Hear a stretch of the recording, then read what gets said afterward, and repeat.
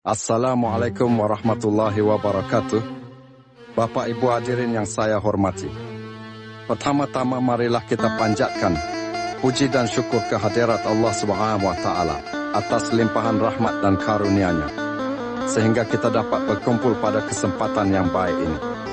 Shalawat dan salam senantiasa tercurah kepada Nabi Muhammad SAW yang telah membawa kita dari alam kegelapan menuju cahaya Islam yang terang benderang.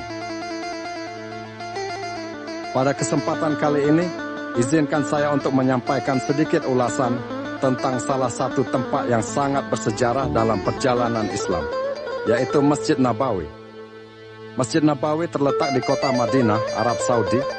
Masjid ini adalah masjid kedua yang dibangun oleh Rasulullah SAW setelah hijrahnya beliau dari Mekkah ke Madinah pada tahun 622 Masehi atau tahun ke-1 Hijriah. Pendirian Masjid Nabawi terjadi segera setelah kedatangan Nabi di Madinah sebagai bentuk pusat ibadah dan pertemuan umat Islam. Saat itu, tanah yang dipakai adalah tanah milik dua anak yatim yang diserahkan untuk dijadikan masjid. Awalnya Masjid Nabawi sangat sederhana.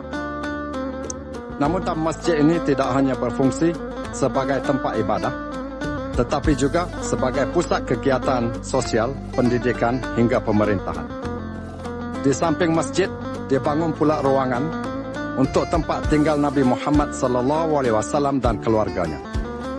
Masjid Nabawi tidak hanya penting dari segi fisik, tetapi juga dari perannya dalam menyatukan umat itu. Masjid ini menjadi pusat dakwah Rasulullah, tempat beliau memberikan pelajaran dan bimbingan kepada para sahabatnya. Banyak keputusan penting yang diambil di masjid ini, termasuk dalam urusan politik, sosial, dan militer. Di masjid ini pula terdapat Raudhah yang disebut sebagai Taman Surga. Raudhah adalah area antara mimbar Nabi dan makamnya yang dipercaya sebagai tempat yang mustajab untuk berdoa. Nabi Muhammad SAW pernah bersabda, "Antara rumahku dan mimbarku terdapat taman dari taman-taman surga." Oleh karena itu, tempat ini sangat dicintai oleh umat Islam dari seluruh dunia. Selain itu, Masjid Nabawi menjadi tempat dimakamkannya Rasulullah SAW setelah beliau wafat pada tahun 12 Masehi. Di samping makam beliau, juga terdapat makam dua sahabat yang sangat dicintai, yaitu Abu Bakar As-Siddiq dan Umar bin Khattab. Seiring berjalannya waktu, Masjid Nabawi mengalami banyak renovasi dan perluasan. Renovasi pertama dilakukan oleh Khalifah Umar bin Khattab dan dilanjutkan oleh Utsman bin Affan. Pada masa dinasti Umayyah, Abbasiyah, hingga Kesultanan Utsmaniyah, masjid ini terus diperluas seiring dengan peningkatan jumlah jamaah yang datang. Namun perluasan terbesar terjadi pada abad ke-20 di bawah pemerintahan Kerajaan Arab Saudi. Di masa Raja Abdul Aziz Al Saud, Masjid Nabawi diperluas secara signifikan untuk menampung jutaan jamaah yang datang dari seluruh dunia. Masjid ini kini memiliki luas lebih dari 100.000 meter persegi dan mampu menampung lebih dari 1 juta jamaah pada saat puncak musim haji dan Ramadan. Salah satu ciri khas dari Masjid Nabawi modern adalah adanya payung-payung raksasa yang bisa dibuka dan ditutup melindungi jamaah dari panas matahari saat beribadah di halaman masjid.